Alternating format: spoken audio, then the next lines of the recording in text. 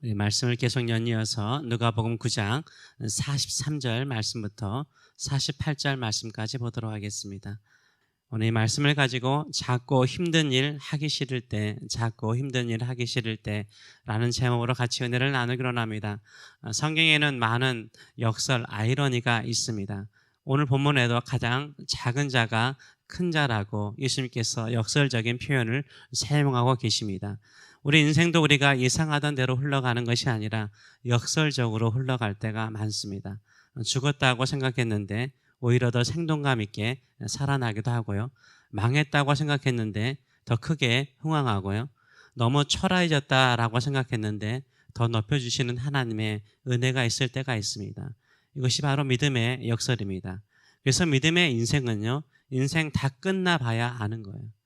믿음의 인생은요, 인생 다 끝나봐야 아는 거예요. 지금 낙심할 필요가 없는 것입니다.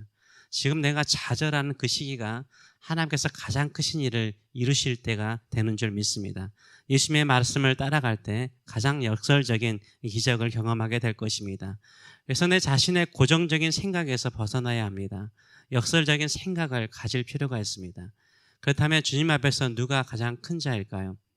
예수님께서 큰 자로 인정하실까요? 역설적으로 생각하라는 거죠. 가장 작고 초라한 일을 하는 사람이 주님 보실 때는 큰 자예요. 가장 작고 연약한 자들을 섬기는 사람이요, 가장 큰 일을 하는 것입니다. 작은 일에 충성하는 사람이 주님 보실 때는 큰 자인 것입니다. 예수님께서 귀신 들려 간질병 증상을 보이는 외아들을 살렸습니다. 이때 모든 사람들이 다 흥분되었죠. 하나님께서 크신 일을 이루었다라고 다들 흥분했습니다. 이런 큰 기적으로 흥분된 분위기 속에서 제자들에게 예수님은 뭐라고 말씀하십니까? 43절에서 44절의 말씀을 보게 되면 그들이 다 그 행한 모든 일을 놀랍게 여길새 예수께서 제자들에게 이르시되 이 말을 너희 귀에 담아두라. 인자가 장차 사람들 손에 넘겨지리라 라고 다시 한번 말씀을 상기시키세요. 예수님께서 제자들에게 하시는 말씀이 뭡니까? 너희들 명심해라. 지금 너희들 이렇게 흥분되는 분위기가 아니라 너희들 명심해라. 머지않아 내가 사람들의 손에 넘겨질 것이다. 이미 말씀하셨는데 다시 한번 그 말씀을 상기시켜 주는 거예요. 예수님께서 사람들에게 붙잡혀서 죽으실 것을 제자들에게 다시 한번 상기시켜 줍니다. 그러나 제자들의 반응은 어떻습니까? 45절의 말씀을 보게 되면 그들이 이 말씀을 알지 못하니 이는 그들로 깨닫지 못하게 숨긴 바 되었습니다. 또 그들은 이 말씀을 묻기도 두려워하더라 라고 말하고 있어요. 제자들은 예수님의 이 진지한 말씀을 깨닫지 못하였습니다. 그 말씀이 어떤 의미인지도 이해를 못했어요. 이해를 못하면은 물어봐야 되지 않습니까? 물어보지도 않았어요. 왜 그렇습니까? 그들의 마음속에는 다른 마음이 있었기 때문이에요. 다른 마음으로 가득 차면 아무리 좋은 메시지도 들리지 않잖아요.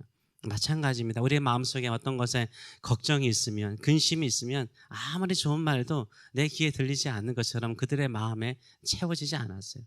예수님의 이 말씀이 그들의 귀에 들리지 않는, 마음에 들리지 않는 것은 그들의 마음속에 다른 마음이 있었기 때문입니다.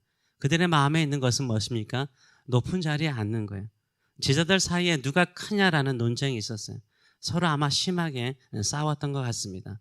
예수님께서 5천 명을 오병이어로 먹이셨어요.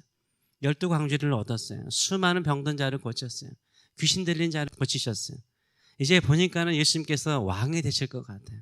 예루살렘으로, 다음 본문에 보겠지만 예루살렘으로 올라가신다고 그러는데 왕이 되실 것 같아요. 그러면 예수님이 왕이 되시면 누군가는 좌우편에 앉아야 될 거 아니에요. 그래서 그들의 생각에는 누가 예수님의 좌우편에 앉을 것인가 이런 생각만 한 거예요. 이런 생각을 하는 제자들에게 예수님께서 종교 지도자들에게 붙잡혀가지고 십자가에 죽으실 거 아예 그들의 마음에 다가오지도 않았고 상상조차 할 수 없는 일이었어요. 그래서 서로 누가 크냐라고 싸우고 있는 거죠. 46절의 말씀을 보게 되면 제자 중에 누가 크냐 하는 변론이 일어났다라고 이야기를 하고 있습니다. 이런 것을 보게 되면 예나 지금이나 비슷한 것 같아요. 교회 안에도요. 결국은 믿음으로 출발해서 누가 높은 자리에 앉느냐 이런 싸움으로 끝나는 분들이 참 많고요. 목사님들 모임에 별로 사람들 관심 갖지 마세요. 목사님들 모임에 다 높은 자리에 앉으려고 대접받으려고 하는 경우가 너무 많습니다. 부끄러운 모습인데 이로 인해서 주도권 싸움을 하게 되고 그래서 언론에 의해서 그 싸우는 모습이 오히려 교회의 덕을 깨치는 경우가 참 많습니다.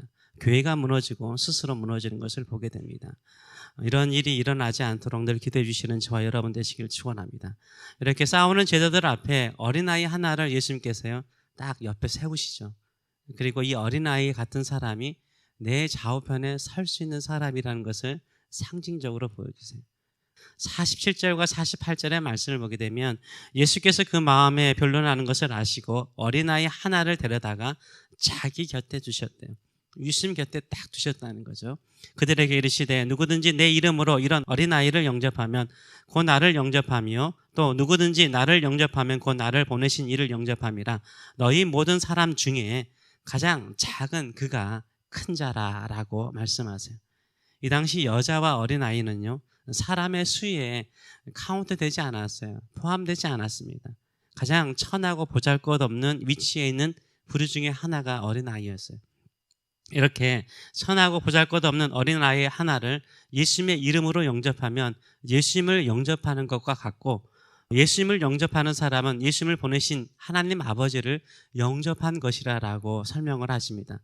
결국 이렇게 이어지잖아요. 보잘것없는 어린아이 하나를 예수님의 이름으로 영접하는 것은 하나님 아버지를 영접하는 것 같다라고 설명을 하시는 거예요. 근데 이렇게 천하고 보잘것없는 어린아이에게 누가 관심이 있을까요? 누가 그 어린아이를 환대하고 할까요? 뭐 지금이야 그렇게 하지만요. 다들 폼나고 좀 능력 있고 실력이 있어 보이는 사람으로서 사람들에게 보이기를 원하는 거죠. 그러나 예수님은 어린아이와 같이 작고 보잘것없는 사람을 영접하고 섬기는 사람이 하나님의 나라에서 큰 자라고 말씀하세요. 교만한 사람은요 큰 것에만 관심이 많아요. 이런 사람은 내가 이렇게 작고 초라한 것을 할 사람이 아니라라고 생각을 하죠. 자신은 좀 특별하다라고 생각을 하죠. 그래서 큰 일을 해야 된다라고 생각을 해요. 그래서 겉멋을 들죠. 굳은 일, 힘든 일, 작은 일에는 아예 선 하나 까딱하지 않으려고 하는 사람들이 있습니다. 물론 세상에서는 높은 자리에 앉은 사람이 큰 사람이죠. 명령하고 지시하는 사람이 큰 사람이에요. 그런데 하나님의 나라에서는 가장 작은 자, 자신은 굳은 일, 힘든 일, 작은 일도 할 수 있다는 것, 그 하나에 감사하는 자, 이런 마음을 가진 사람이요 큰 사람이라고 말씀하고 있어요. 집안에서 큰 사람이 누굴까요? 우리 옛날 가부장적인 생각을 하게 되면은 지시하는 사람이죠. 명령하는 사람. 별로 존경받지 못하더라고요. 그런데 굳은 일, 힘든 일 하는 예전에 어머니들, 지금은 달라졌겠지만 그 어머니들 다 자식들이 아버지보다는 어머니를 사랑하고 존경하죠. 굳고 힘든 일 알거든요. 그게 높은 자예요. 큰 자예요. 자신을 가장 작은 자로 낮추는 사람은 어떻게 합니까? 높은 곳에 마음 두지 않아요. 높은 곳에 두시는 분은 하나님이시죠. 좌우편에 앉히는 건 하나님께 속한 거예요. 우리의 마음은 어디에 있어야 돼요? 낮은 데 있어야 돼요. 예수님께서 낮은 곳에 임하셔서 십자가에 죽으신 것처럼 낮은 마음을 가지고 사세요. 하나님이 높여주시는 거예요. 우리가 지금은 어린아이의 개념이 다르죠. 이 당시 어린아이는 보잘것없었어요. 아예 사회적인 전체 자체가 아이들은 그냥 인간 취급하지 않았어요. 이 어린아이는 육체적으로 작잖아요. 하는 일도 작잖아요. 부모나 어른들이 시키는 대로 다 하잖아요. 굳은 일이 힘든 일 아이들에게 시키면 하잖아요. 예전에는 그랬어요. 예전에는 아이들이 다 그랬잖아요. 이런 사람이 하나님의 나라에 보실 때는 뭐라고요? 큰 사람이래요. 큰 사람이래요. 예수님께서 인정하는 사람이라고 말하고 있습니다. 혹시 일상의 삶 속에서 교회에서 내가 이렇게 굳은 일, 힘든 일, 작은 일 하기 때문에 마음에 낙심한 사람이 있습니까? 우리 주님께서 지금 보실 때 말씀하세요. 너 큰 자야. 가장 위대한 일을 하고 있어 라고 말씀하십니다. 이 주의 말씀에 힘을 내시고 더 낮은 곳으로 가시고 작은 일에 충성하심을 통해서 큰 일을 맡김을 받는 저와 여러분 되시길 축원합니다. 기도하겠습니다. 살아계신 하나님 아버지 은혜를 감사드립니다.